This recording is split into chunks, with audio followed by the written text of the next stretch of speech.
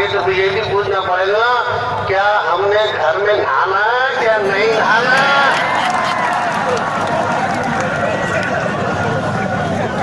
इसलिए हम ये कहते हैं कि शरीयत के अंदर हम मुदाखलत बर्दाश्त नहीं करेंगे।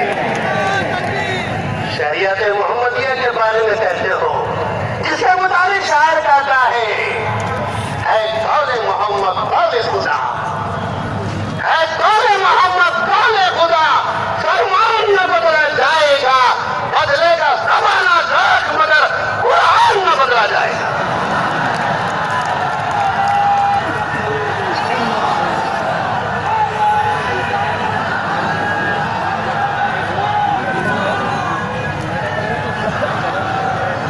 मारने दो, यही तो नारे मारने का वक्त है।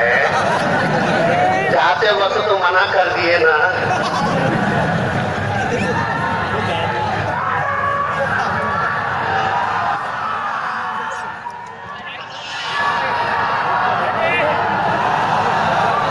ओ दीन धर्म के छाने वालों, ओ दीन धर्म को ठेस पहुंचाने वालों, ओ सर बने दुनिया पर नहीं हिंदुस्तान की जमीन पर लोगों की आत्माओं को दुख पहुंचाने वालों, लोगों के दिलों के सुकून को छीनने वालों, ऐलान किया जाता है हर समाज की तरफ से। अभी तो मराठा समाज ने पानी पिलाया, अभी दूसरे समाज वाले दूध पिलाएंगे, समझ लेना। अरे एक समाज नहीं है, पता नहीं कितने समाजे हैं, बादाम भी खिला सकते, दिमाग कमजोर नहीं होगा, ताकत कम नहीं होगी। अरे जिस वक्त निजाम कायम हुआ था, जिस वक्त हिंदुस्तान का कानून तैयार हुआ था, क्या उस वक्त में इस मौजूदा सरकार के लिए कुछ कान लगाए गए थे? अगर लगाए गए थे तो समझ लें कि उस कानून के अंदर हर धर्म वाले को इस बात का इख्तियार था कि हिंदुस्तान के अंदर वो जिएगा अपने धर्म और मजहब के कानून और ज़वाबित के साथ आजादाना जिंदगी बसर करेगा। उसके लिए आजादाना जिंदगी होगी। शरीयत मोहम्मदिया है, ईमान वाला है, मुसलमान है, इनको तो खास तौर से तवज्जो दिलाई गई थी। सुन लीजिएगा जरा कान खोलकर, इनके लिए तो खास तौर से तवज्जो दिलाई गई थी कि मुसलमान अक़लियत के अंदर है। जमहूरियत इस बात का ऐलान करती है जिसमें हज़रत मौलाना अबुल कलाम साहब, हज़रत मौलाना हिफ्ज़ुर रहमान साहब मौजूद थे। तय किया गया था कि मुसलमानों को अपनी शरीयत पर चलना और कुरान और हदीस पर अमल करना और अपने उसूल और ज़वाबित को अपनाना एक आज़ादाना अंदाज से इख्तियार होगा। क्यों? इसलिए कि हमारे असलाफ का कोई हिस्सा जमीन के अंदर है।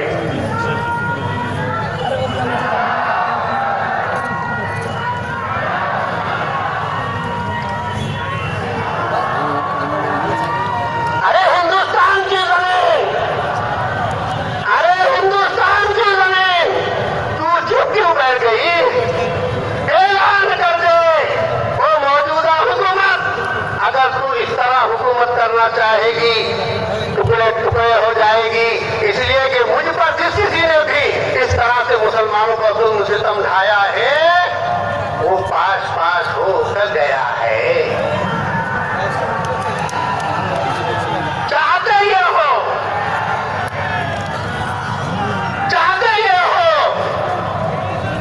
कि अगर हुकूमत तुम्हारी अपनी बरकरार रहे, सुप्रीम कोर्ट मसालों को हल करते रहे, किसी धर्म वाले के दिल को धक्का नहीं लगाना पड़ेगा, किसी के दिल को धक्का न लगे, इनको अपना बनाओ जिस तरह। बल्कि तुम्हारा मैं समझता हूं अगर देखा जाए तो आप उस जमाने में थे नहीं, इसलिए आपका तो हक है ही नहीं। उस जमाने में जो थे बेचारा था उनका हक हो सकता भगत सिंह वगैरह, तुम तो थे नहीं ना। अब तुम क्या हुकूक को जाने जो आगे आदमी सारे हुकूक को पामाल करे कि घर के अंदर रहने वालों के भी हुकूक न जाने, अफसोस हिंदुस्तान की आवाम के हुकूक को क्या जाने।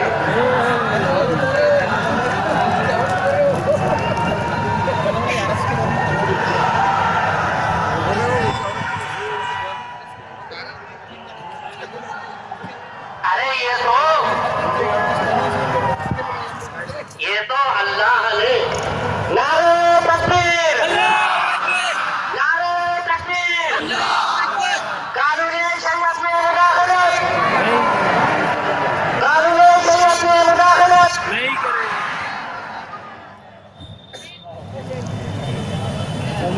तो हिंदुस्तान पर हुकूमत करने वालों और सुप्रीम कोर्ट के चलाने वालों, जजेस, हरे के लिए मेरा एक ऐलान है। इस धरती पर चलो, यहाँ के अदना से अदना आदमी से मोहब्बत करो, इसलिए कि ये कुर्सी हमने तुमको दी है, ये कुर्सी हमने तुमको दी है। हम जिसको दिया करते हैं तो ईमान वाले तो खास तौर से अल्लाह के फैसले पर अमल किया करते हैं। अल्लाह की तरफ से तय था, जरा इनको भी देकर देख लो। अगर उनको कुर्सी न दी जाती, इतना बड़ा स्टेज का उलमा से सजना मुश्किल था। सारे जमा हो गए और इन्होंने ऐलान किया, घर के झगड़े, भाइयों के झगड़े, बहनों के झगड़े हम अपने घर में हल कर सकते हैं। हमारे अपने झगड़े मिनटों में हम हल कर सकते हैं, लेकिन कुरान और शरीयत पर अगर कोई हल्का सा हर्फ आ जाए गलती से, जैसे जमीन का जला था, करंट गया था,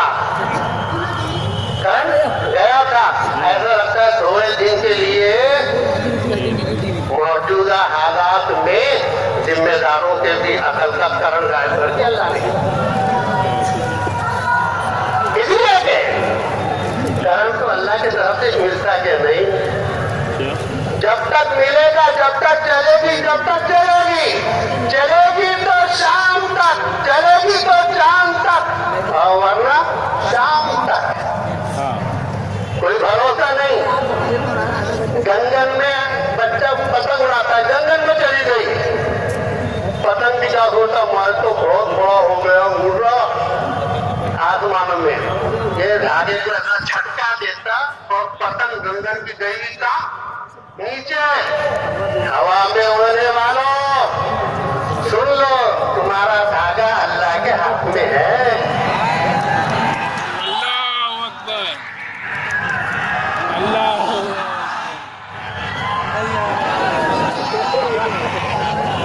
दिमाग की रस्सी हल्की सी फकत ऐसा हला देंगे, ऐसे हलाइए हल्का सा, उनको बहुत बड़ा काम करने की जरूरत नहीं, ऐसा झटका दिया हल्का सा। और लश्कर कितना बड़ा, कितना बड़ा लश्कर, कितना बड़ा मजमा, नहीं जी, लंगड़ा मच्छर, लश्कर कितना बड़ा, लंगड़ा मच्छर, और लंगड़ा मच्छर जी क्या कर रहा, घुसा नाक के जरिए से और अंदर बता रहा, ये क्या हुकूमत करेगा, हुकूमत तो मैं कर रहा। अब हुकूमत करते करते थोड़ी सी कीलकार करता तो वक्त का बादशाह नमरूद ये कहता है, जूते बरसाओ बगैर जूते के चैन नहीं मिलता, जूते बरसाओ बगैर जूते के चैन नहीं मिलता। जूते बरसाते बरसाते रहे, अब कब तक बरसाते रहेंगे।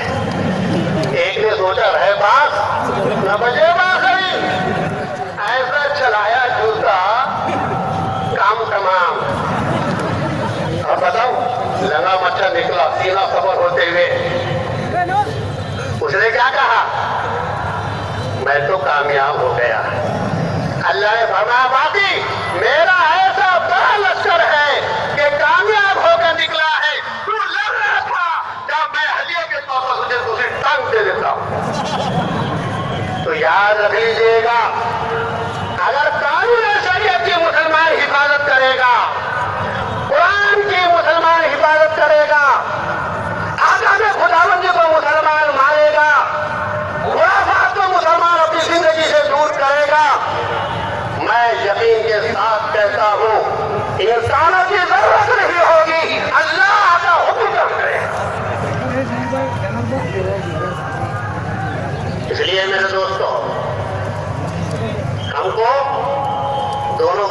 में लेकर चलना है। साइकिल 2 चक्के से चलती, गाड़ी के भी 2 चक्के, और अल्लाह ने तुमको मुझको क्या दिया? 2 पैसे, एक दिया तो हमको भी 2 तरीके से चलना पड़ेगा।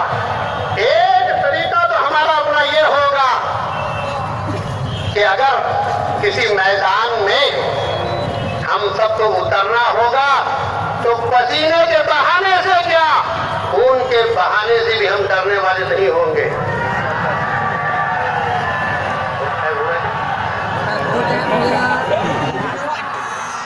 मेरा सिर्फ बात खत्म कर रहा हूं। अगर अभी पसीना बहाने की जरूरत पड़ रही है तो हम पसीना बहा रहे हैं, खून के बहाने की जरूरत पड़ेगी तो सिर्फ मुस्लिम समाज वाला नहीं कह रहा है। जब हमारा इस धरती से सुकून उठेगा, हर समाज वाला ये कहेगा हम खून की नदियां बहाने के लिए तैयार है।